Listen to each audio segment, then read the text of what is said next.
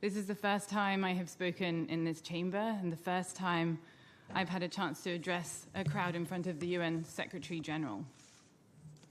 I wish I could say that I was proud to be here, but I'm not. I am ashamed as a supporter of the United Nations that states are failing to prevent or even punish genocide because they find that their own interests get in the way. I am ashamed as a lawyer that there is no justice being done and barely a complaint being made about it. I am ashamed as a woman that girls like Nadia can have their bodies sold and used as battlefields. I am ashamed as a human being that we ignore their cries for help.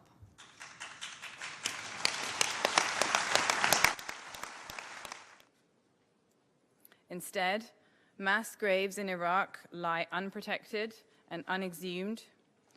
Witnesses are fleeing, and not one ISIS militant has faced trial for international crimes anywhere in the world.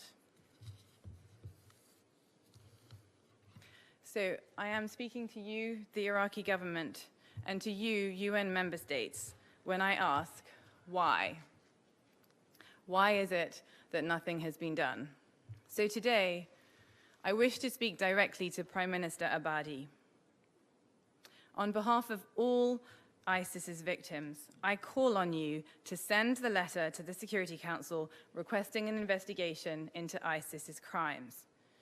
Getting the UN involved was initially Iraq's idea, and finally taking action to make this a reality would silence those who doubt your commitment to bring Daesh to justice. And finally, to all of the UN member states, if this road to accountability through the Security Council is blocked, you must take the initiative to secure accountability in other ways available to you under the UN Charter. Don't let this be another Rwanda, where you regret doing too little, too late. Don't let ISIS get away with genocide.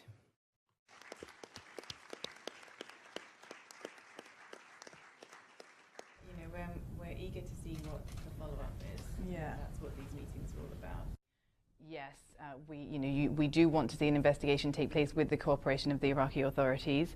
That's what should happen. That's what the Iraqi authorities are saying they support. But ultimately, if that support is not forthcoming in terms of real action, then the UN has to think of other ways in which to achieve accountability. And I outlined some of them in my speech. The Security Council can act under Chapter 7 of the UN Charter and establish an investigation even without Iraq's consent. The General Assembly, as we've seen with Syria, can also establish an accountability mechanism, or the case can be referred to the International Criminal Court. All these options are on the table. They must be seriously considered because victims like Nadia can't expect. I think you have to ask the Iraqi government why the Iraqi government hasn't acted to create this investigation.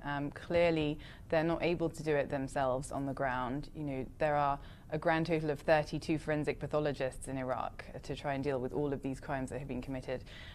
We know that they're not able to conduct investigations and prosecutions themselves because there have not been any prosecutions of ISIS members for crimes of sexual violence, for crimes committed against the Yazidis, for international crimes, including genocide. So there is no reason for them not to act. They have themselves asked for the UN's assistance, and even today you heard the Iraqi ambassador ask for UN assistance with the investigation. So we have to translate these public statements into an actual deed that will make this happen on the ground, and that's why I made a clear call at the end directly to the Prime Minister of Iraq to say, send a letter to the UN Security Council requesting this investigation, and it will happen.